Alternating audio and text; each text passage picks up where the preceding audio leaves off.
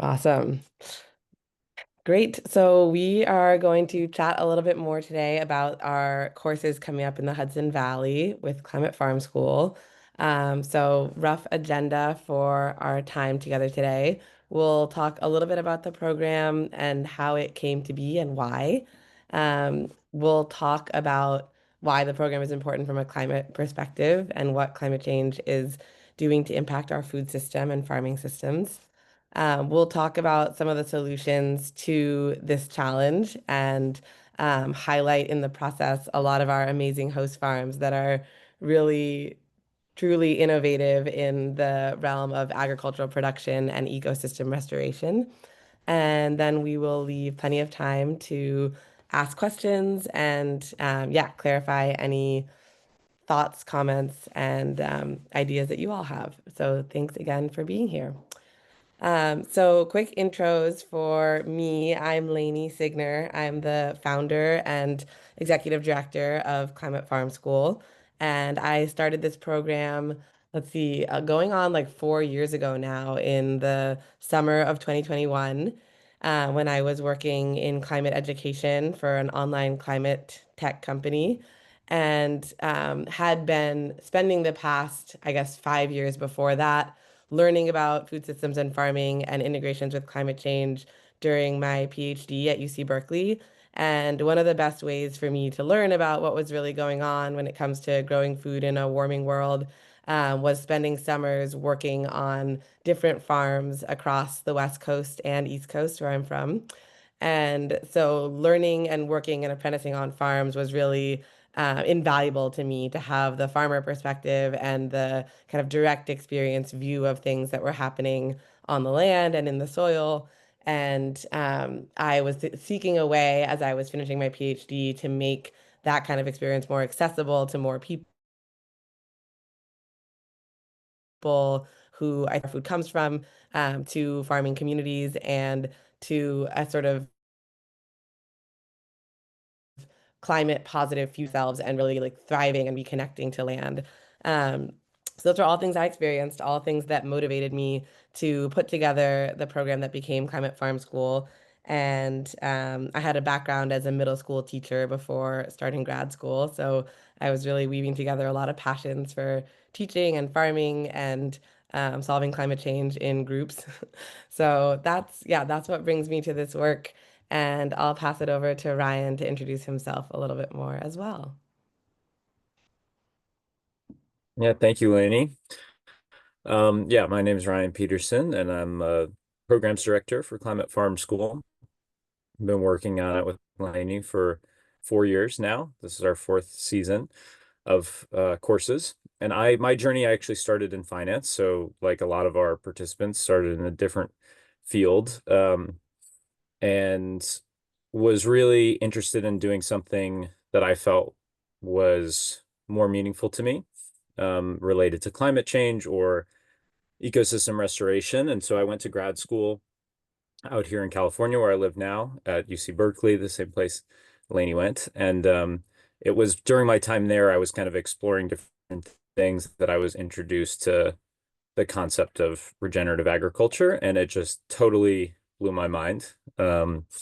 I was kind of amazed at the ability to address so many of the issues that I was concerned about, like ecological breakdown, but also social issues and issues of income inequality and all these things that I thought were sort of plaguing us that I felt like I had um, not been able to do anything about. It just felt like food systems was at the heart of it, or at least touched on all of those issues. And I really was captivated by this idea of growing food ecologically and restoring biodiversity and soil health and water and all these different things. It was pretty beautiful to me, especially as somebody who really loved food and cooking. So that sent me on a journey of trying to look at food systems through all these different lenses while I was in school, policy and ecology and business.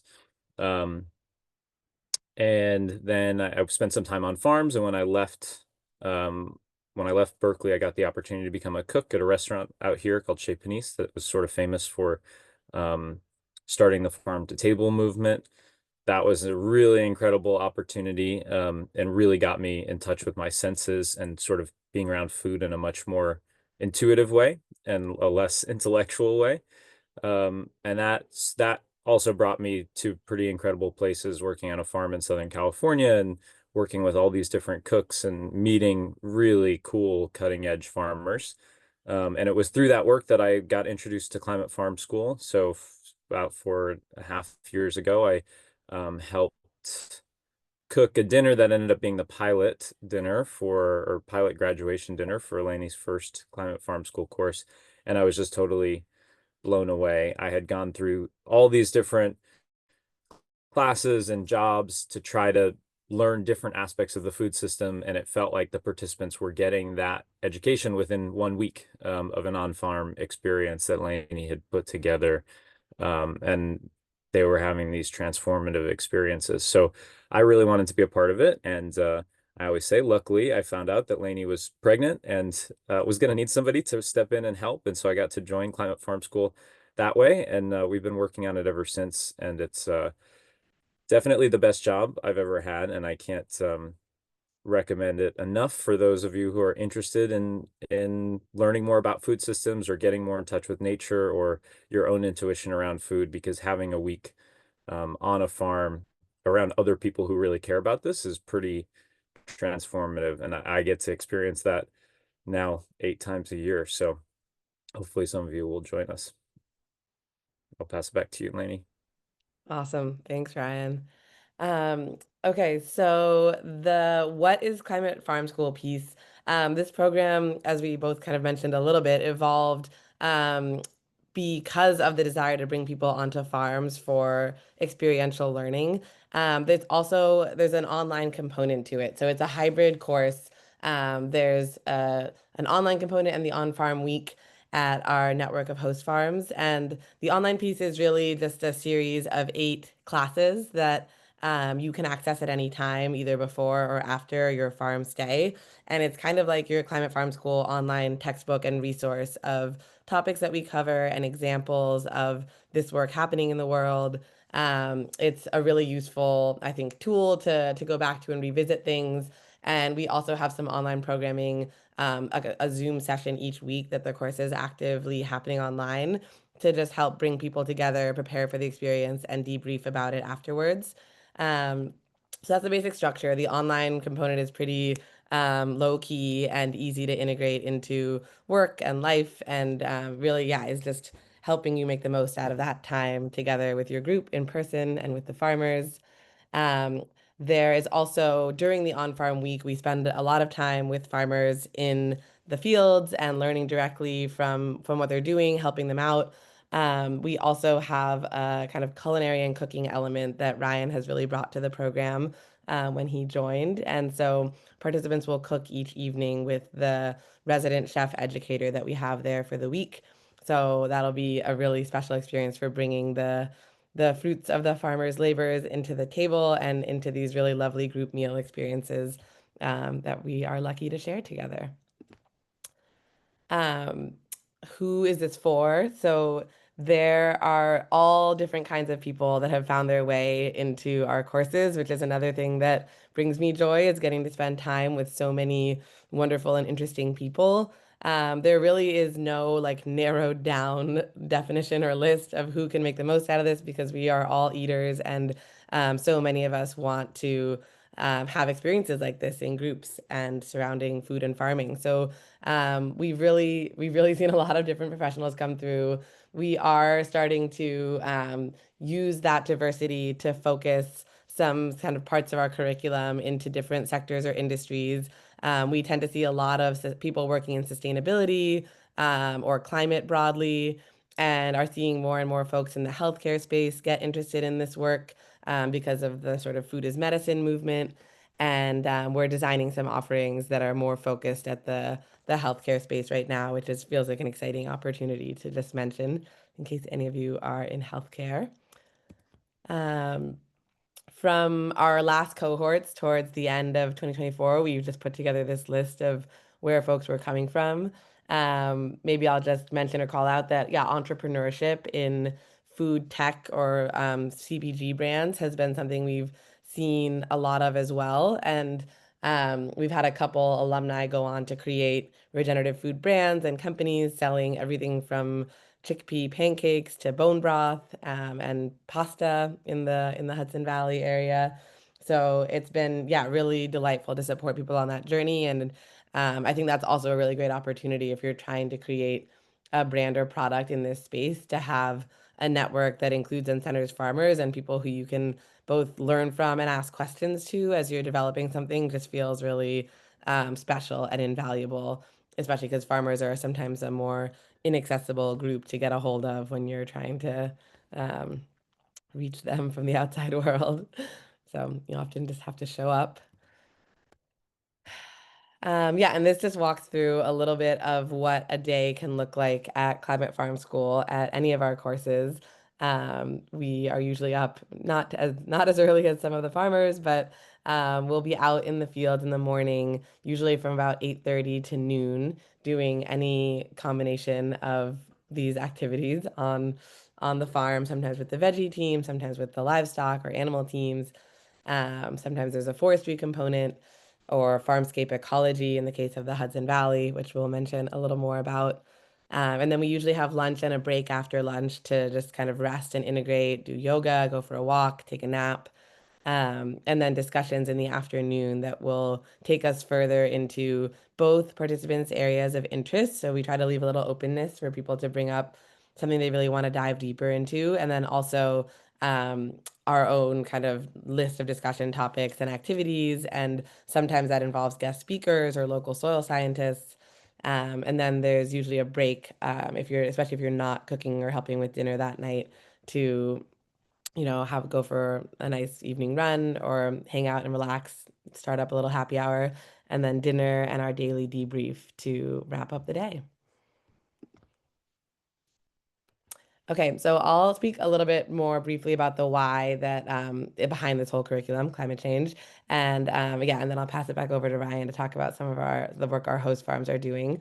So I came into this and really like my entire grad school career at Berkeley, just feeling increasingly worried and anxious about what climate change was doing to the world and the fact that I didn't learn about it in high school and really not really until college, and then was teaching middle school and it was not part of most middle school curriculums, and I was just really wanting to find ways to talk about and address this like big, complex global challenge.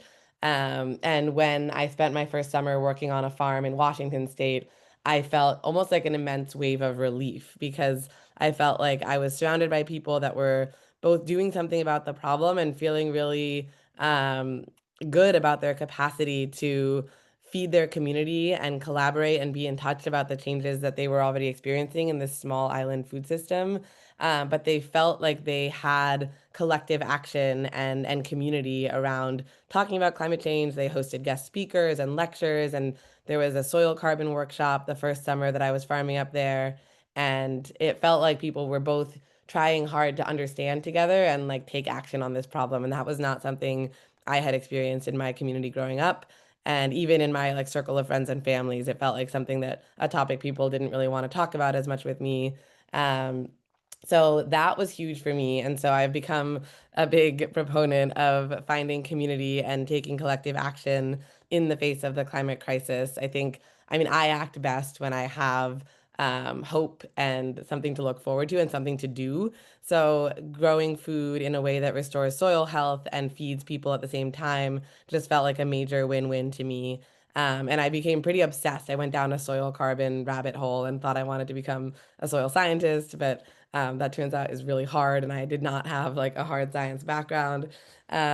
So that was just, yeah, one of the really, really hopeful pieces is that in losing a lot of carbon dioxide from the soil up into the atmosphere through tillage and soil disturbance, we have a major opportunity to put it back. And all kinds of things that we do, from eating more plants to eating food from local and organic and regenerative farmers, we can support that shift and that change. And all the farmers that was meeting were almost equally excited about the health of the soil that they were restoring and measuring increases and improvements in soil organic matter as they were about selling food and feeding people in their local communities. So I just found that to be a super inspiring intersection that I continue to get excited about learning about. And it just keeps kind of scaling up from the soil to the local ecosystem. I think there's a lot of evidence that I get to see of restoring land and ecosystems and biodiversity and endangered species and all while growing food for your community. And I think it just takes more people being on the land um, to make those multiple outcomes possible and to happen because it's definitely too much, I'll just say, for one person to do it all. But to have a biodiverse farm with animals and vegetables and perennial crops and biodiversity corridors and wetland and habitat, that takes a lot of people coming together and working together. And that I was very lucky to see that and have been researching it and educating around it ever since my first summer on Lopez. So, okay, so I'll kind of pause there and just say that there's a little bit more in the curriculum about the overarching climate science pieces and how big of a role can soil carbon play in solving the problem. So, if you're really a climate science nerd, there will be some things for you. But even if you're not, I think there's kind of something in this for everyone, because food obviously touches all of us. Um, okay, so stopping there, we have some pictures and images from our host farms and what they're doing in this space. And Ryan, I'll kind of leave it up to you if you want to share anything about other farms in our network besides Hawthorne Valley, or I think that one's at the end, so I can skip to that if you want to go right there. Yeah, I was thinking, I just want to confirm we advertise it as the Hudson Valley. So maybe Rachel and Anna, you can either come off mute or just pop in the chat and just let me know if you're interested in um, just the Hudson Valley or if there are other places you're interested in too. Sure, I'll jump in. I'm interested in a lot of locations that y'all have offerings in. I originally was just honed in on Hudson Valley because that seemed like the most accessible. I'm actually located in Western Colorado, so I'm nowhere near there. Okay. But I have some family in the region, so that's what caught my eye. Oh, nice. Okay. And it's really nice to be out there in the summer or fall. So yeah, how about you, Anna? Or maybe you're Jess. I'm not sure.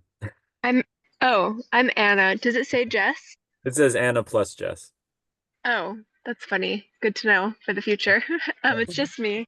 Um, I live actually in the Northern Catskills, but I work in the Hudson Valley and am in the Hudson Valley a lot. So I was particularly interested in that area, but happy to hear about all of it. Okay, cool. Well, Lainey, let's maybe I'm not sure which slide comes next. So I'll do a couple of them. I'll share. I love talking about our farms, and then I'll spend the most time on the Hudson Valley. So Sounds good. um, Yeah. okay, this is a great one to start with. Yeah, so Piscinus Ranch, we won't have a course here until next spring. Um, but it does just kind of exemplify the types of farmers that we are working with. So we want farmers that um, embody sort of ecological values and are focused on ecosystem restoration first and foremost. Um, and we really want people who are continuing to think about things in an innovative way. I think we were just having a conversation with Kelly Mulville, who is the vineyard director at Piscinus Ranch, and about how regenerative agriculture, it's an exciting place to be in because of the things we've alluded to so far. It's incredibly hopeful. It's one of the few things around climate change where we're not talking about reducing the impact of humans on the planet. We're talking about how can we have a positive impact.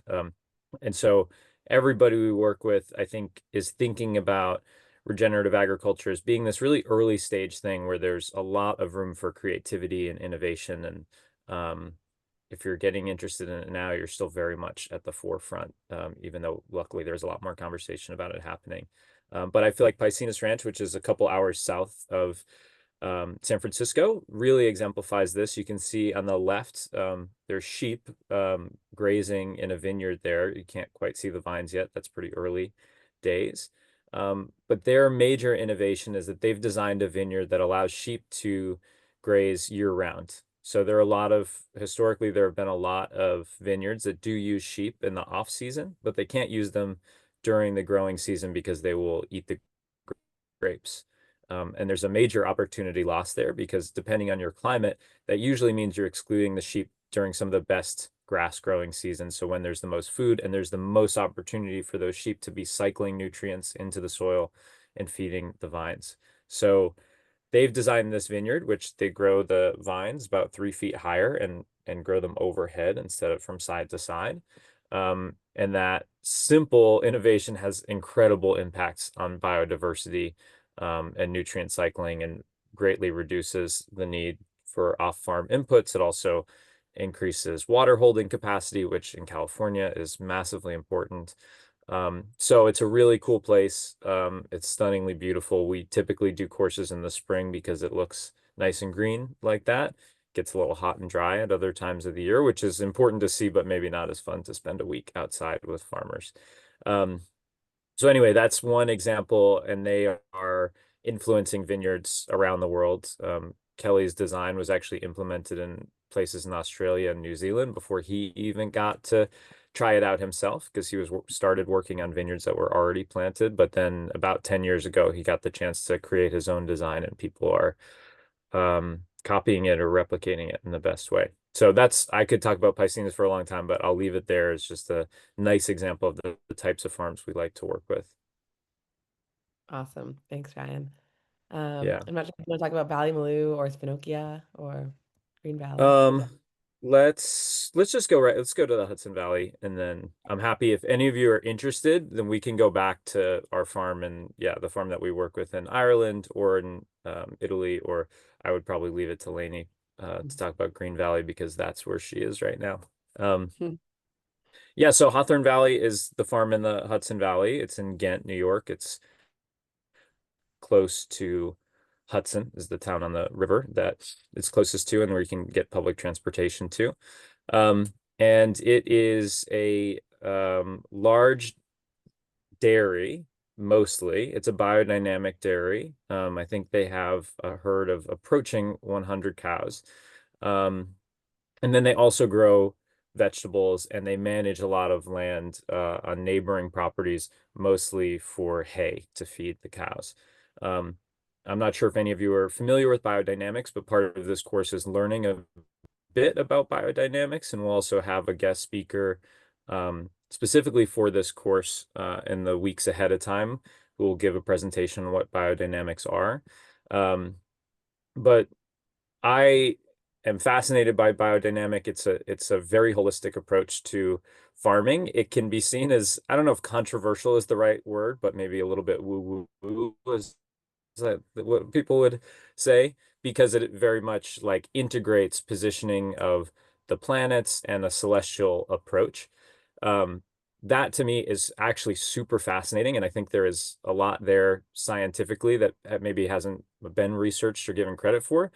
But what's really cool is that if something is biodynamic certified, then you know they have implemented extremely rigorous agroecological practices. And the celestial part is sort of above and beyond that, but they're doing things to manage soil health, to work with the local ecosystem, the native flora and fauna, um, and animal welfare as at the top of that. So it's a really rigorous certification, and it started in Austria, and you see it a lot more in Europe, but this is one of the farms in the US that practices that way. And the farmer there will talk about biodynamics, and I think he's also really interested in it, but he's not committed to it in a religious way in the same way some other people are. But he loves the way that it connects him to the seasons and to the ecosystem around him, and that it gives him permission to really focus on all of these other aspects of soil and ecosystem health. So where this is really evidenced there, I think, is in the way that they manage their herd. So you'll see these cows, they look very different from a lot of the cows that you would see in conventional agriculture across the US. One is that they still have their horns on them. They recognize that the horns are like an essential part of the cow, and oftentimes they're either removed or bred out of cows for safety. And I say safety in quotes because it depends on how you're handling the cows. But if you're handling them in a conventional system where you're really confining their space and trying to move them around, not really recognizing the sensitivity of the animals, then that's when horns get dangerous. So they leave the horns on them, and they've also over time bred their herd to be really adaptable to walking up and down hills, to going in and out of the forest, to being able to withstand a greater variation in temperature and weather conditions. And that just allows the cows to live a more free roaming life, to access more areas of grass, and also to self-medicate. So a really fascinating thing about so many animals, and something that we have lost touch with, I think, by and large, is their ability to self-medicate. Cows are really good at this when they have access to um, brush and forest. They can go and they can find things that they might need for whatever's happening with their microbiome, or something they might need during pregnancy or post-pregnancy. So it's really cool to be around these animals that are, I mean, I think cows feel like a very impressive animal no matter what, but when you're around these types of animals, you can just kind of sense their connection to an ancient like instinct that maybe other cows don't have. So that aspect of the farm is really cool. And Spencer Fenneman, who's the head of the farm and will spend a good amount of time with us, his whole career has been working with these animals, and it's really beautiful to hear him talk about that. And then you can see in these pictures, in the middle, it's we have a soil scientist there this year. Lainey and I, in August at least, will be leading a soil health workshop. So we'll be looking at some of the soils from the farm and their management styles, and how that affects the performance of the soil and the organic matter, which is connected to carbon. So we'll do that. And then on the left, you can see people harvesting onions. That was actually in an August cohort. And so they have a good amount of vegetable fields, and they have a CSA where they're growing a lot of food that's distributed mostly through the Green Market in Union Square in New York City. So it's a really special place. And the other thing that I'll mention is in our August course, on the last day, we will be visiting a place called Stonehouse Grain. And Stonehouse Grain is cool because they're growing corn and soy. So the two major crops that are grown in this country and account for the vast majority of farmland, but they're trying to do it in increasingly more regenerative ways. So it is a, I think, 2,000-acre farm, which for the Hudson Valley is fairly large for organic farming, but is actually pretty small compared to the large grain farms in the Midwest. But they're be applied to farm the country. And so that is really exciting. And Jay Goldmark, the farmer there, is, it's hard to say this. It's hard to say this. He's potentially the most inspirational farmer in our cohort of farmers. He's a really, really cool guy. Very humble, but very smart. And it's just like a real pleasure to spend time with him. So that's been a highlight of the Hudson Valley. Maybe I'll stop there. Lainey, is there anything else that you wanted to cover before we go to questions? And then if somebody says they want to hear more about Italy, then we can do that too. Yeah, yeah, totally. Well, yeah, no, I was just gonna maybe see if Eleanor wanted to chime in and just share a little bit more about her Yeah. experience being in the Hudson Valley with us last September. You can weigh in on Jay and his degree of inspirational speaking abilities. But yeah, I just wanna, yeah, maybe pass it over to you, Eleanor, and you can also stay on as long as you can, but no worries if you need to drop and go take care of yourself. Yeah, no worries, of course. I attended the Hudson Valley course last summer. Um, I was in a period of kind of change in my career. I had just graduated from grad school. A story not too dissimilar from Ryan's. I worked in finance and just found it super unrewarding, and really care about the environment and climate change, and saw how we were still continuing to invest in things like oil and gas, and just didn't want to be a part of it. So I went back to grad school, and kind of came to the realization that I really wanted to work in food systems, but still didn't know exactly what capacity I wanted to do that in, and was on the job search, kind of trying to figure that out. And during that time, I came across Climate Farm School, and It just seemed like a really great opportunity to really understand food systems on farm, which ended up to be a really good decision because it was an incredible week and like I didn't know what I was getting into, but it exceeded all expectations and more. We had a group of folks that were from all different backgrounds, from tech, one was a private chef, one already kind of worked in food systems, and just one seeing like things through their eyes and the questions they were asking, and two like having that like group learning experience and just being there together, all these people who were just like geeking out about all things food and farming was just incredible.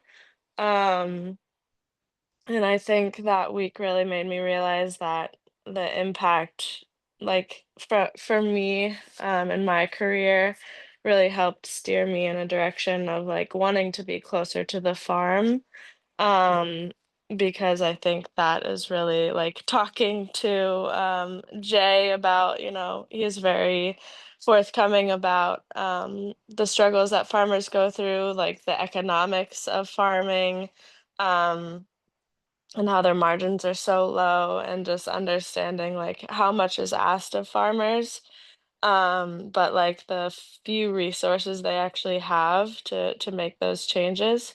I wanted to kind of be in the space where I was using like my business knowledge to help them as much as I could.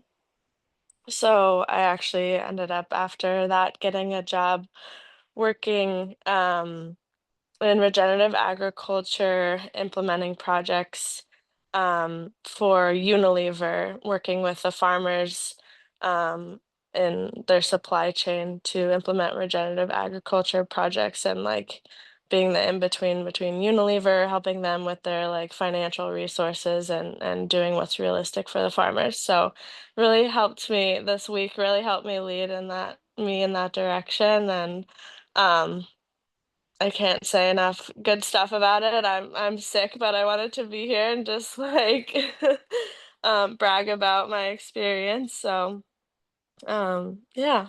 Wow. Thanks so much, Eleanor. It was, yeah, such a pleasure to be with you and your cohort last summer, fall, and the transition of seasons. And yeah, and congrats on the job. That's so exciting. And yeah, you just said it perfectly. I think we do expect so much from farmers, and it's really simultaneously important to figure out what we can all do with our skill sets to be a part of making that whole complex of problems and economic realities feel more feasible. So yeah, it goes a long way. Yeah, and thank you so much for being here again. And yeah, maybe with that, we can pause and open it up for questions. If yeah, Rachel or Anna, you have more that you want to hear about any of this, or just specific questions to your situations and circumstance, we're happy to answer all of that. And yeah, and then we'll wrap up for today.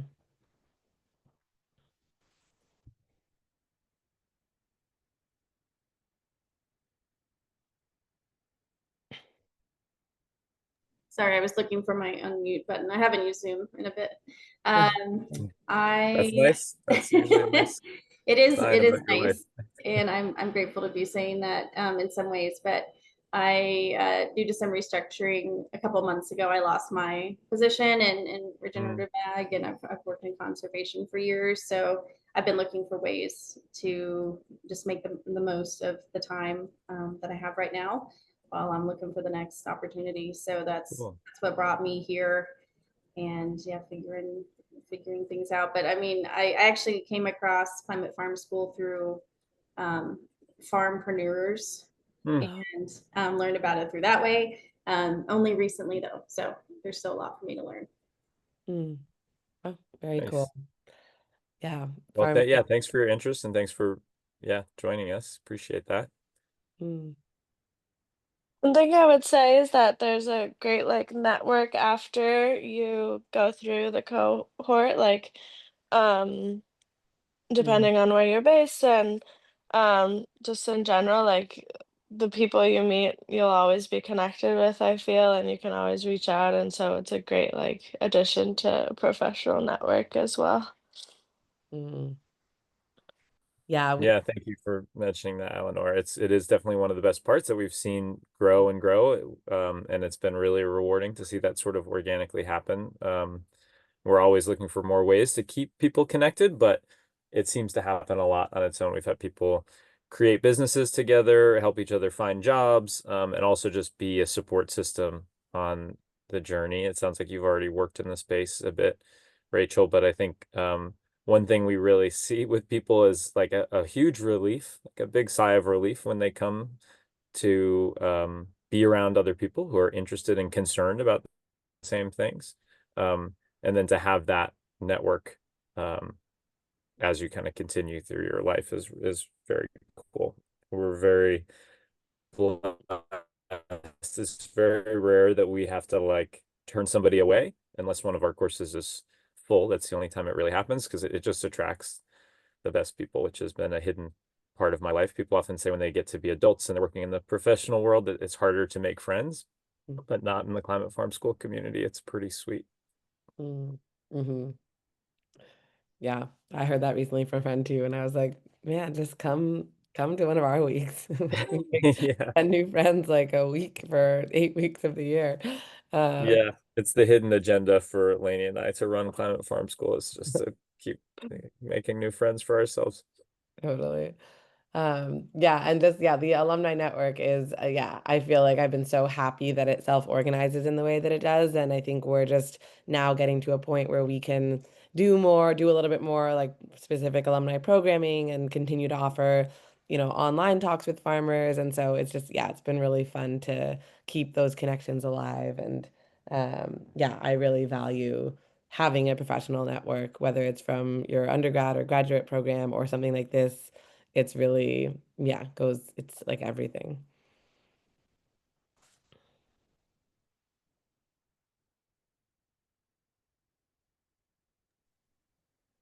I could share a tiny bit about my situation. I graduated from, or I got my undergrad in like art and art adjacent fields, and have worked for the last like over 10 years in arts nonprofits. And I'm sort of in the midst of a big transition that was sort of motivated by wanting to apply my brain and skills toward hopefully reducing the impacts of climate change and slash reversing. And I did a lot of independent research around um, soil science, soil health, Mm, drawdown, like saw Kiss the Ground and was totally moved. I don't know if you've seen that documentary. mm, And then ended up going to SUNY Cobleskill upstate and taking a soil science and a chemistry class and getting Awesome. really excited about regenerative agriculture and feeling like really energized about like potentially either and like envisioning a couple of trajectories that could potentially be either like helping more traditional farms sort of convert their farms into regenerative practices, or perhaps like make something more impactful might be a policy approach incentivizing these approaches for farmers. And then so I got really excited about this in book form. And mm, then I actually have been working on a no-till regenerative farm this summer, and Cool. it's like, whoa, it's a different different than being in the textbook. mm, And it makes sense why people don't like, it's a lot of hands and knees work. It's intense. And I think I chose a particularly intense farm to work on because they're all market, so like everything has to be pristine. There are like no weeds on like the whole farm. It's kind of insane, the standards. So I'm looking, I got a little bit like it was a bit of a set, like it took some of the excitement away from, like, it was very beautiful to see, but I was like, holy shit, this is like not, this is so underpaid, the most amount of work, like why, just it sort of made me like depressed about the whole agricultural system, to be honest. Mm. So I would love to, but it's like not I'm like doing the work, but I'm not talking about, there's not space to really like talk about it. So I was attracted to Mhm. this, like A, to just see, to be around other farms, other people who are like also, but also to be in a sort of education conversation space. Mm, Um, mhm. and I have a friend in Hawthorne Valley has been on my radar for a while, and I'm interested in their woo too. So Nice. Nice. yeah. Totally. That's really cool. Yeah, I think you just really like nailed it. Why? I mean, yeah, my first summer working on a farm, I think I similarly was like, this is the hardest work. And like, I don't see a path forward for myself doing this full time because I A, don't have land and I B, I just like don't know how I would support myself and get good enough at this to like make any money doing it. But then, yeah, I think having the community piece in the conversation and the lens onto how people are solving and figuring out that challenge. And I don't know, I did get really excited about farms that would start to have different standards around managing what like some people might call weeds and like yeah, I think actually the farmer who works here at Green Valley now where I live has a really amazing perspective and journey thinking about that because she's worked on a lot of those kinds of like perfect looking market garden farms and then started up her own farm last year on this land and is in her second year running her own farm business. And it's just really, really different when you're working for yourself versus someone else. And also that can be lonely. But yeah, I think we all really need and crave that conversation around it to make sense of this really big challenge around growing food in a way that restores the health of the planet and people. And yeah, I think that is now I'm already excited about the course to have more conversations like this. And even like I think something that's really like kind of been tricky for me on this particular farm too is the waste. Like, yes, everything gets composted, so nothing is wasted, but there's so much food waste and there's no like Mhm. structure system in place toward like Yeah. using like that's still food. Yeah. And there's not like any conversation around the fact that that food could go to feed people who need food. And I think it also just highlighted this other like piece of farming that's important to me, which is a more like social justice, food justice oriented direction Yeah. that not Totally. everyone's having, even in these like cool regenerative Totally. places. Yeah, well, it's like there needs to be a social network around a farm. And that's another part of the things that I feel like I would be really excited to help create. Because yeah, like Alice came back from the farmer's market yesterday with not only her own leftover food and produce, but the fruit vendor guy who doesn't want to go back with anything in his truck gives him all of his fruit. And like she lives in a group home on a farm that's cooperatively owned with like 20 different landmates, and she can put a text out to be like, I have all this fruit and leftover veggies and people will come get it. And not saying that we're like the neediest ones who really need, amazing food, but like there needs to be a network that supports the existence of this food in a community because that's also this important point that regenerative food doesn't have to be super expensive. It's almost always produced in abundance when it's produced for market so that it can look perfect and people can take their like one cabbage and then there's 15 left. And so yeah, like what happens to all that food coming back from market? It's just like if there's a social network, you can see how there's just like maybe a one text message solution and then it's all gone. But that doesn't exist everywhere, and farms are not at all incentivized to set that up on top of all the other work they're doing. So yeah, that's a Totally. really good point. Um, yeah, totally. It's ugh, so And much. yeah, I don't know like if this is the kind, I don't even know if this is like within the bounds of what this program is. I just happened to bring it up. Like I don't know if that's, yeah. So I'm curious about that, or maybe it just depends on who's there and what people end up talking about. And then I'm also interested, I'm sure this is just info that's on a website in a bullet point format, but also like price. I would be interested in hearing about like the nitty-gritty details of like what attending looks like. Mm, Yeah, I can take both those questions. You can just chime in, Lainey. So yeah, I think the conversations that happen depend. There's room for endless conversation about so many of these topics, and so we try to create as much space for that as possible. Um, and so it depends on the farmers that you're talking to, and you have the power co-create the curriculum while you're there. They're generally small groups of 10 or less people. And so there's opportunity for all different types of conversation. There's things that we make sure that we hit on, like soil health and ecological restoration. And then we try to make space for anything else that's coming up for people. And then we also encourage you, that's part of the beauty of the network. Like the conversation doesn't end when you leave the farm, but it is really special to make that space during the time that you're there, to open up these places where you're curious. And then I'm just gonna bear with me. I'm gonna pull up. I can share the prices. The information is on the website, but I'm super happy to share it with you now. So let's see. So for the Hudson Valley, the course that we have here in August is a shorter course. So it's about 3.5 days. And there's private rooms and shared rooms available in the accommodations that we're at, which is just around the corner from the farm. And the private rooms are $19.50 and the shared rooms are $17.75. And then our full courses vary a bit. But Spinocchia is the last course that we have offered this year. So if you're interested in Italy, the private room is 3,600 and the shared room is 3,250. If you need financial support, there's a limited amount of that available. And so we definitely, if you're interested in the program, we definitely invite you to apply and just indicate that you're need a scholarship, and we try to be, yeah, as accommodating as we possibly can to make it happen for people. And that includes everything, those numbers, aside from like travel.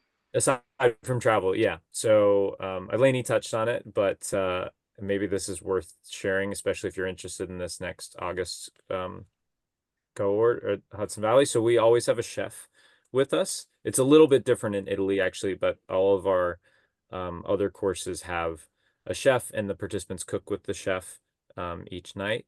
And our chefs are really badass. They're really good chefs. We feel extremely blessed, the people that want to participate in this. And this is a bit of a unique situation. So we do a partnership course with a place called Regeneration Academy in Spain every spring. And so for the past 3 years, or 2 years, 3 years, Lainey and I have been going there, and they have this chef Carlos, who is wonderful. He's one of my favorite cooks that I've ever been around, and he really wanted to come bring his family to New York.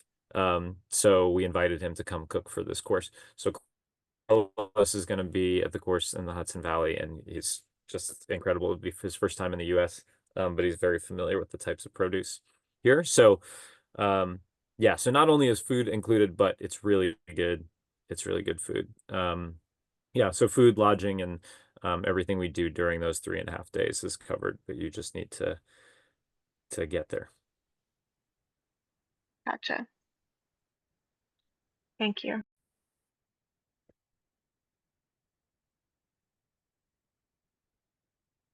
Yeah, of course.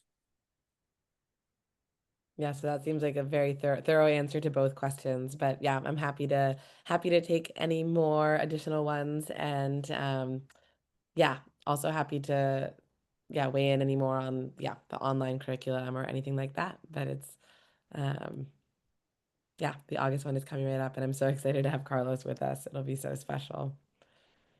I guess I have a quick question. I know y'all at the beginning went over a little bit of like the demographics, but I'm curious of is it mostly like younger people who are doing, more like figuring out career stuff, or is it pretty varied? Mm. Yeah, great question. It is pretty varied. Yeah, we've had, I mean, yeah, I think every cohort, there's been kind of quite a wide age spectrum from maybe like early mid 20s through 60s and 70s. I think, yeah, I mean, later on getting towards retirement, or potentially inheriting or wanting to purchase land is another thing that brings people into this. So yeah, we've really had some very lovely intergenerational cohorts and interactions, people who are, have people their parents' age or their kids' age in reverse. And I think that's a really just lovely and special thing. Yeah, we had a climate lawyer at the one of our last course in Italy who was just like wanting to figure out a way to be more like physical and land-based and, be stepping back from being such a hard charging lawyer for a long time in London. And yeah, I think it's just yeah, there's been no course where it's kind of been one or the other so far. Yeah, thanks. That sounds awesome.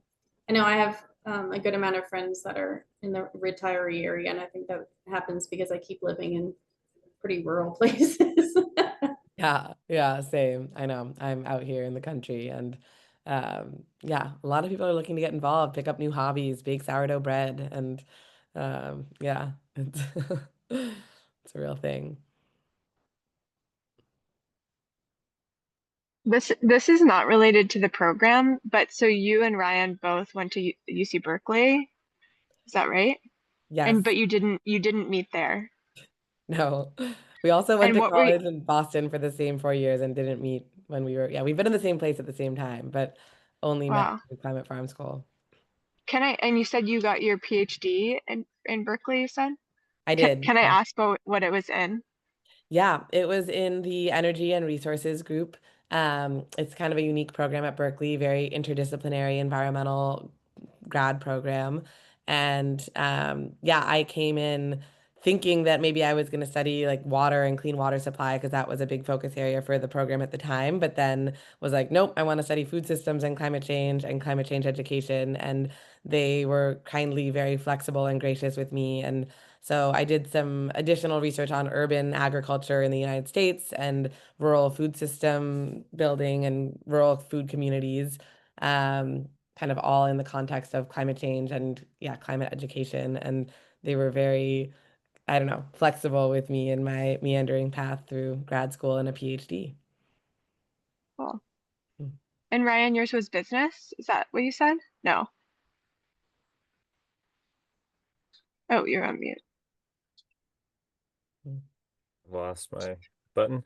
Um, I did business in undergrad, and my graduate degree was it was called Masters in Development Practice. It was a sustainable international development program, but it was a very I always say that I went to grad school as cover to figure out what I actually wanted to do. It was like the broadest program I could find.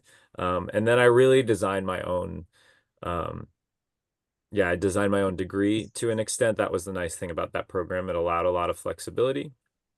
Um, I would say, yeah, just to comment on that, like that felt like it was just at the beginning of this major interest at the like graduate degree level in food systems, and there really weren't a lot of great classes Yeah. available in most places. So it was actually quite the struggle.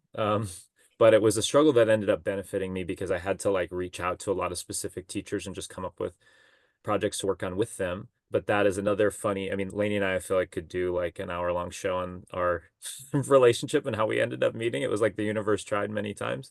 Oh, But we to get us to work on something together. But I on my in my last year of graduate school, I was part of this group of grad students that was working with the professor who's now an advisor to us, Chris Madsen, on creating a graduate food system certificate. Um, and because we saw that there was a need for it and it wasn't really available. And I never got to get that certificate or take the classes, but Lainey was one of the first people in the first cohort to take that. And then Lainey ended up also working to help improve that curriculum and further develop that class. So I always say that we were actually working on a program together before we met. that is true. That's crazy. I have one more quick question, if that's all right. Yeah. I was curious what the cutoff time is. Like, what's the kind of the latest time y'all prefer somebody to sign up for a Mm, course before it begins? yeah. Great question. I'm trying to look at it in the context of what's coming up now, but I mean, there is a lot of flexibility, especially as like, it's always good to reach out and apply because sometimes we have people drop out at the last minute and the space opens up. And so we're generally always down to like accommodate people in the courses that they want to be in to the best of our ability. We ask on our website, I think, that people apply before the online programming starts for that particular course.